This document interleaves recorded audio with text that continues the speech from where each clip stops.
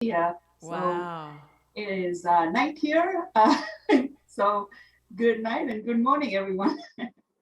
So yes, I'm here in the peak of the pandemic. Um, okay, so we will get started. I'm waiting for the slides. Okay, so the theme for April 2021 is Step into the Unknown.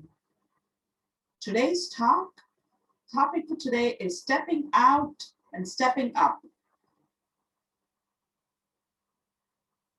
And here's what I offer on this topic, a little excerpt from my poem, Rise Above.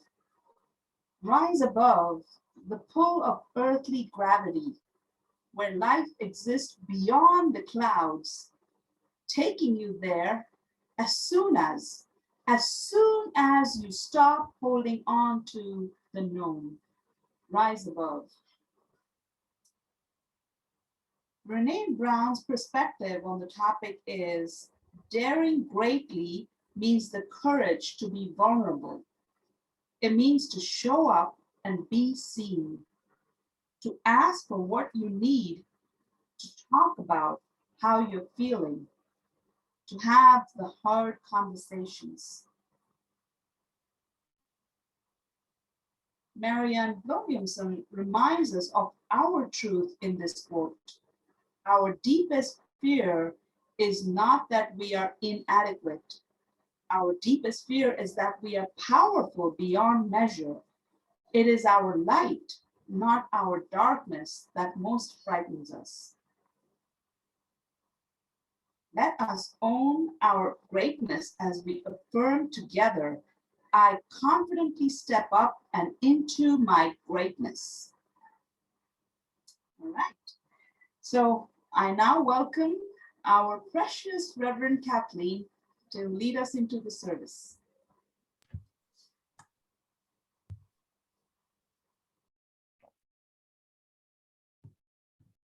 Okay, thank you, Ami. And our prayers are with you, with your family, and with the country of India as well, as the rest of the world for this, getting through this pandemic with all of the resources and everything that are necessary. So I really invite all of you to add India to your prayer list if you're not already praying for everyone there. So last month, we practiced opening ourselves to the divine unknown, right? Stepping into the divine unknown, into a higher vision of who we are in truth and what our life is all about by living in the questions like, what is Spirit's highest idea for my life? Or what is it that I am to release? What is it that I am to become in order to align with that vision? And so this month is about starting on the journey in the gap between the realization of between where we are now and the realization of the vision. And so it really requires a lot of courage, right? A lot of courage to step into that field of the unknown. And I love what Shaya said a little bit earlier about how we are born brave. We are born brave. We've accomplished a lot of amazing things in these, new little spirits in these body temples and figuring things out. So this is about getting back in touch with that bravery, that innate bravery, that innate courage this month. And of course, this is the culminating day of this particular series of talks, and yet we know that what we learn along the way, we're taking with us to what's coming next for next month. Joseph Campbell once said, we must be willing to let go of the life we had planned so as to have the life that is waiting for us. Isn't that a beautiful statement? Now, the life that we had planned, how many of you planned to have your life go a certain way and then, things changed in the world like the pandemic, right? And then we have, it's about stepping into that awareness of the capacities that we have to adapt and shift and change despite what's going on in the world. That's living in a beautiful state of trust and courage, which I'm going to be talking more about a little bit later. So are you willing to do that? Are you willing to let go of the life that you planned in order to step into that life that's waiting for you? And you know, what's waiting for you in terms of the divine is always about freer, fuller, more expanded expression of who you are in truth. And that's why our spiritual practices are so important. The visioning spiritual practice that we talked about last month is staying in touch, going into the silence, a place of perfect alignment and contact with the infinite within us, in order to hear what it is that is our next evolutionary step. And then that vision pulls us forward. Once we catch that vision, it pulls us forward. It encourages us to make those inner changes that are necessary to line up. And those inner changes are always about letting go of all the habit patterns that get in the way. Our CSL leaders have caught the vision of an ever expanding spiritual community. And it's very clear to all of us because we understand that visioning is about inner transformation. It's about becoming the vision. And so we caught this vision about expansion. So it's expansion in consciousness, which prepares us to be the atmosphere in which our community and our teachings can extend more fully out into the world. Because one thing I know is that what we have here is a very precious, precious thing. Those of us who've been in the teaching for a long time know that it is life transforming. And I believe it's, I'm not going to say it's the only, but it's one of the really powerful teachings on the planet right now that can really help us move to the next level of what it means to love unconditionally, what all-inclusive love truly means.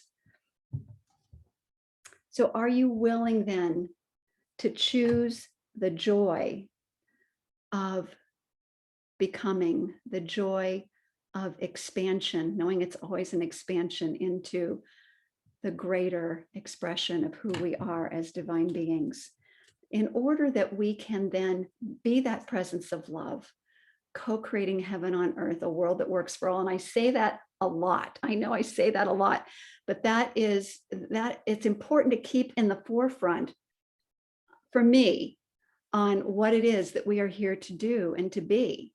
And it's not just about our own lives, which are very precious and important. It's about what we all do together as a planet. So the first talking point is stepping out of our comfort zone and stepping up into an awakened state. So to move beyond a condition that is not something that we don't like, or something that is restricting, we can feel it. Maybe it was fine at one point, but now it feels very restrictive. And stepping into the vision of the expanded self, we must be willing to risk stepping out of our comfort zones. And that means stepping out of our habit patterns and stepping out of what we call the shadow self, all of the beliefs in lack and limitation that hold us back from really being all that we can be in the world, being of highest service, of highest benefit to each other, to ourselves, to each other, and to humanity.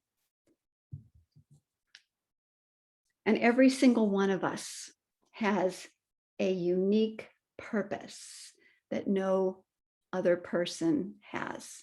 We all showed up here. There's a beautiful article in the Science of Mind magazine by Don Miguel Ruiz, and he says that we are actors. We show up and we are actors on the canvas of the planet, creating, we come here and we're creating our lives, and we're meeting up with other actors, and we're playing out this evolution of consciousness and this bringing more and more of this quality of the divine called love onto the planet. But each of us has a unique purpose in that we came with when we signed up to come on this planet. I truly believe that. At the present moment, one of the ways that I am supporting myself in growing more, in letting more of these habit patterns and the shadow self go, letting it go, is called the quantum process. It's offered through Dr. Gary and Jane Simmons, who some of you may remember from a long time ago. He wrote the book, The Eye of the Storm. And he and his wife had this beautiful process of dealing with the shadow in a very compassionate way. So bringing love to the shadow self, and therefore helping to shift back into what they call being on the card. And I think I brought my card with me, or maybe, no, I left it in the other room.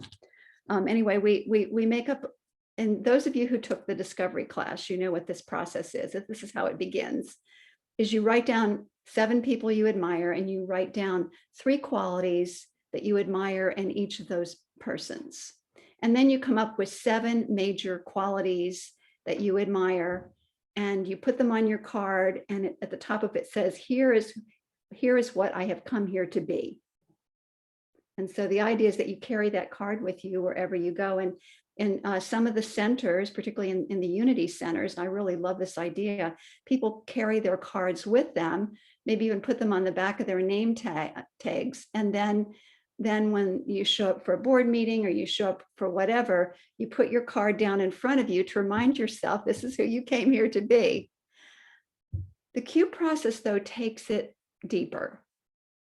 And the next step in this process, class that I'm taking, is we have a whole list of false beliefs.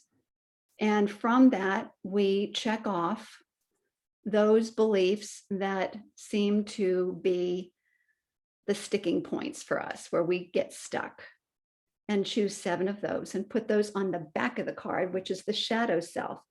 And then what we tell ourselves and tell each other in the class is that we are choosing to be compassionate with ourselves and with each other when we show up as the shadow self.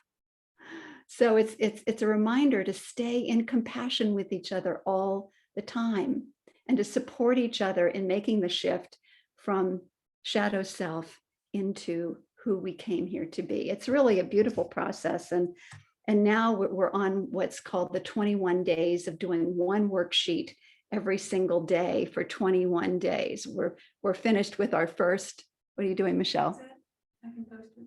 Oh, okay. Yeah, it's called the Q effect, if anybody's interested.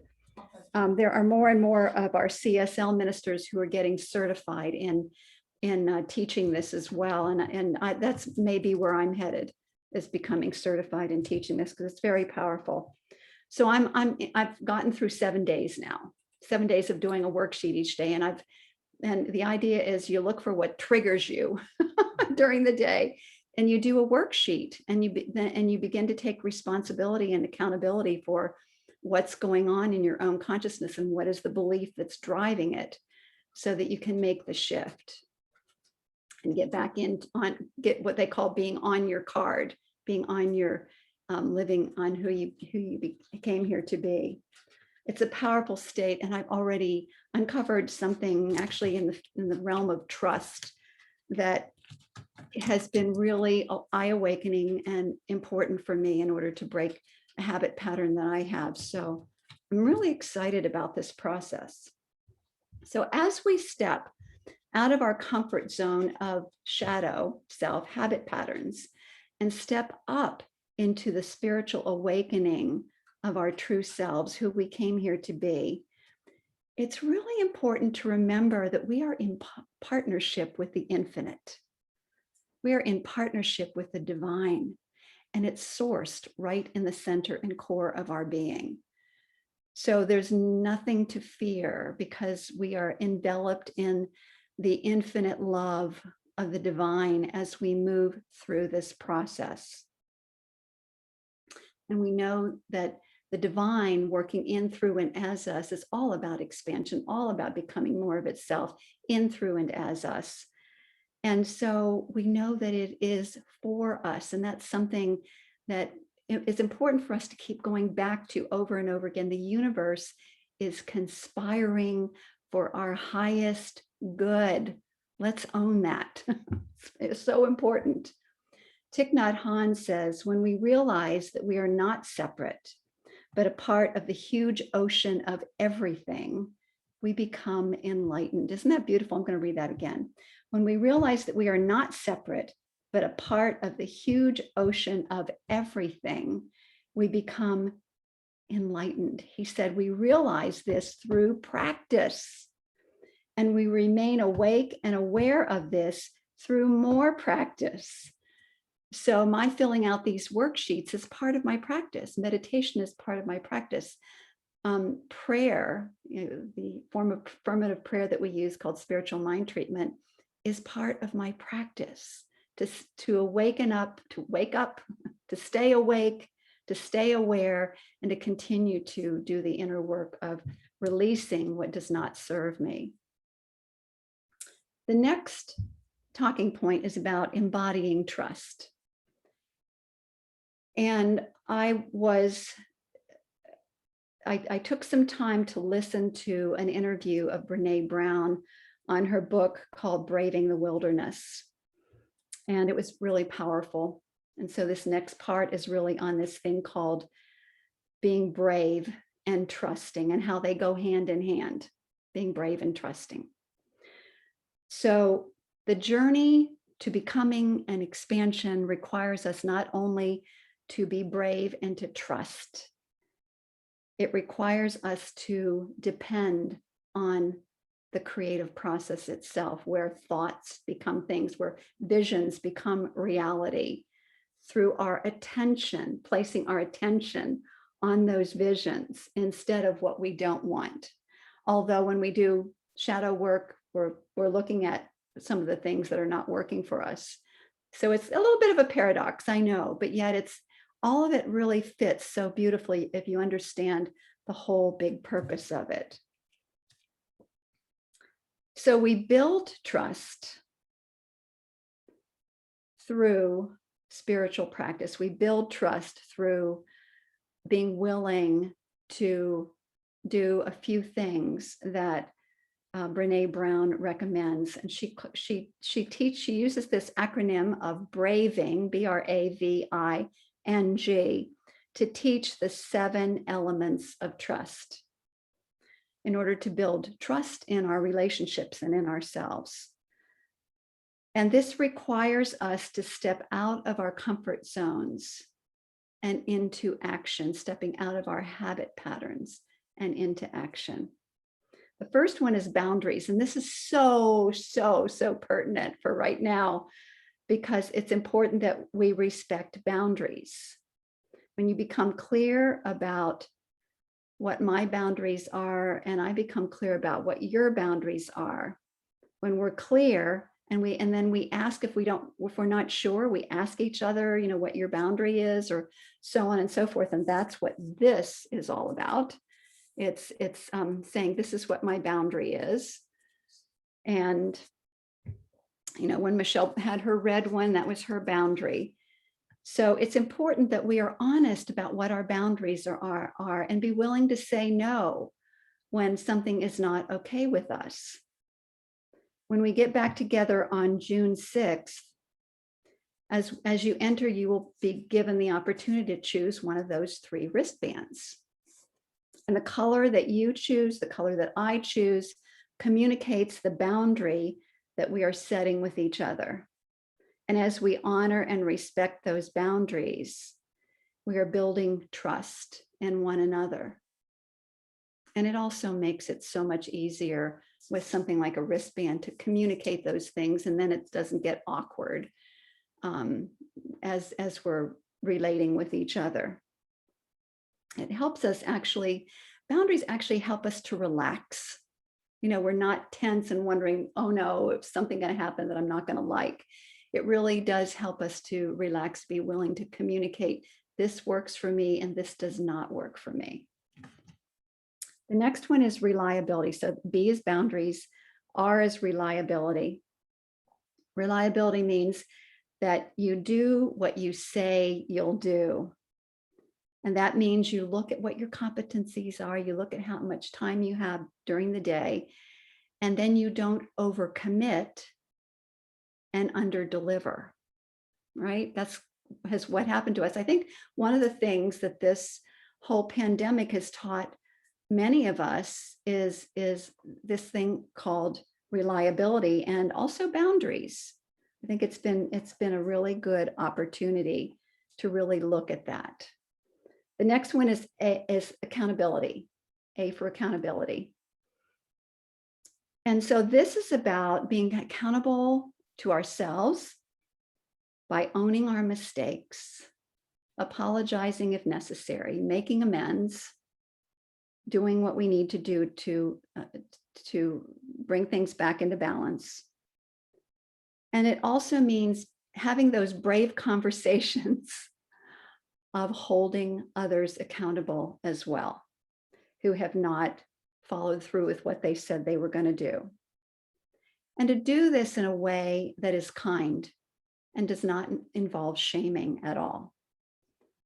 So one of the key terms of this that I learned, or phrases that I learned from one of my mentors some time ago, is shovel while the pile is small, which means you deal with the issues of accountability when there's still a small pile, instead of waiting until things get really out of control. And that way, relationships become more trusting.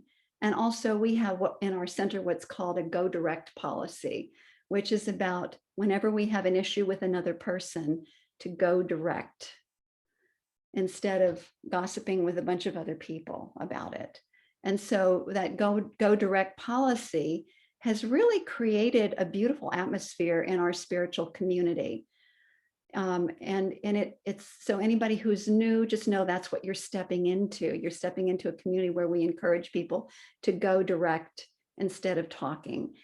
Think about the level of trust that builds, another way to build trust. So that's accountability. The next one is vault, VAULT. So if you think of a vault, you think about, this has to do with keeping confidence. So we build trust by keeping confidences and sharing what is ours to share, and not sharing other things that we are not supposed to share, or that, that other people have entrusted to us not to share. We begin all of our classes with that, with everybody agreeing to keeping what's said in the group. And so again, that helps to build a sense of safety and trust, and a willingness to be vulnerable and open and grow.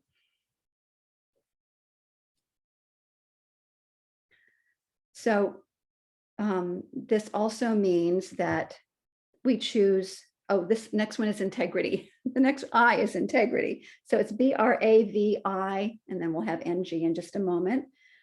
So integrity is about practicing your values rather than just professing them.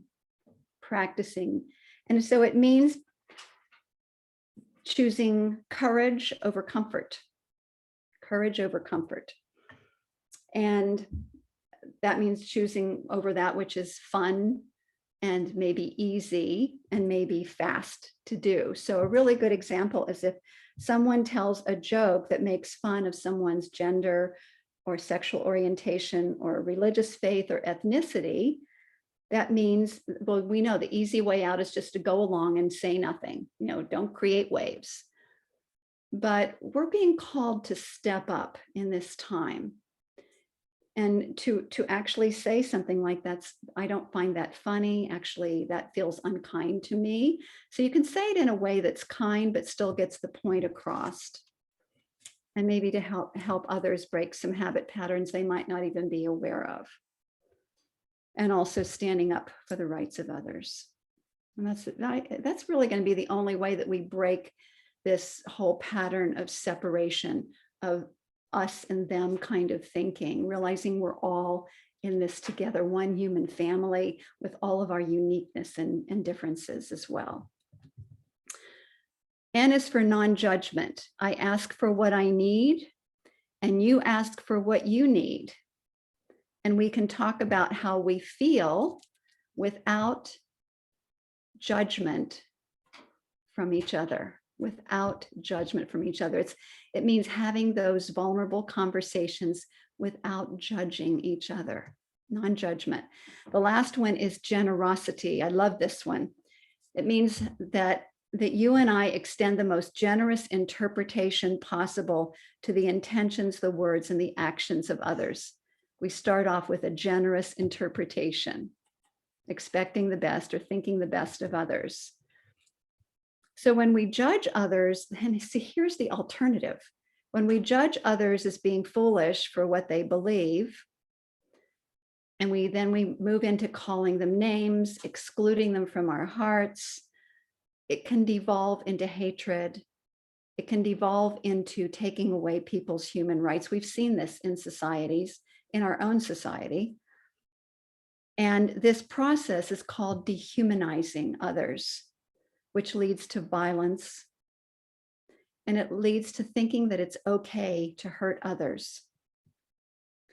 And the thing is, it not only hurts others, it's toxic for the soul of the person who does the dehumanizing, the person who calls the names, the person who extends violence. And by the way, I'm co-facilitating something through the city of Wilmington called Engaging Nonviolence right now. And I have really expanded my awareness of nonviolence. It's actually anything other than love, or violence, I'm sorry. On nonviolence is love and compassion. Violence is anything other than love. So when we, negative self-talk is violent to our bodies and to our minds, and calling names is violence. Shaming other people is violence. And so we have learned in this class something that I want to show to you. It's a way of telling another person that their behavior is not acceptable, and doing that without cutting them out of our hearts. So it's like, stop the behavior, and then we turn our hands like this. Can everybody see that? We turn our hands like this, and that means stop the behavior. It's not okay with me. And I will hold you accountable for it if you're doing something illegal. And yet I'm keeping this other hand extended to you. Like, when you're ready, I'm here for you. I'm not cutting you out of my heart. I'm staying in a place of compassion. That's a powerful act of stating boundaries and yet keeping our hearts open. So how brave are you willing to be to step out of your comfort zone, to step out of your shadow, and to step into who you came here to be and build the kind of trust and love that is necessary in our relationships with people who may have different perspectives than we do. It builds trust in ourselves, trust in our relationships, trust in our communities, and trust in our world. And it begins with us being willing to be brave and to step out and to step up into who we came here to be. Those of us who have been practicing these principles for quite a long time can tell you story after story after story of how our lives have changed. I am a living, walking example of that. Many of you, anybody who knew me years ago, realize that I am a very different person from who I used to be. I still have my little glitches and things that I'm working on, but this teaching has served me so well, and I know it served many of you so well. So this is the call to action. This is the call to action. The call is to realize that these teachings and this spiritual community of love that we've co-created is too precious and too important to keep to ourselves. So I'm inviting you to ask yourself, how must I share? How must I serve my spiritual community and the greater community by getting these teachings out there? And then listen. This is where you go into the silence after you've asked that question. Listen and let spirit guide you to those people who could benefit from what it is that we teach, whether it's just having conversations with someone else or even just inviting them to come to your circle, to come to our spiritual community and to get involved in a class or whatever it is that we're offering, because we know that we are here to make a difference. I'm going to end with this beautiful quote from Marianne Williamson. It says, each of us has a unique part to play in the healing of the world. So here's the question. If not, well, anyway, now is the time, right? Now is the time. And if not you, then who? If not you, then who? And so it is. Amen. Namaste, my friends. Have a beautiful day. And so, Deb, let's bring it home with some music.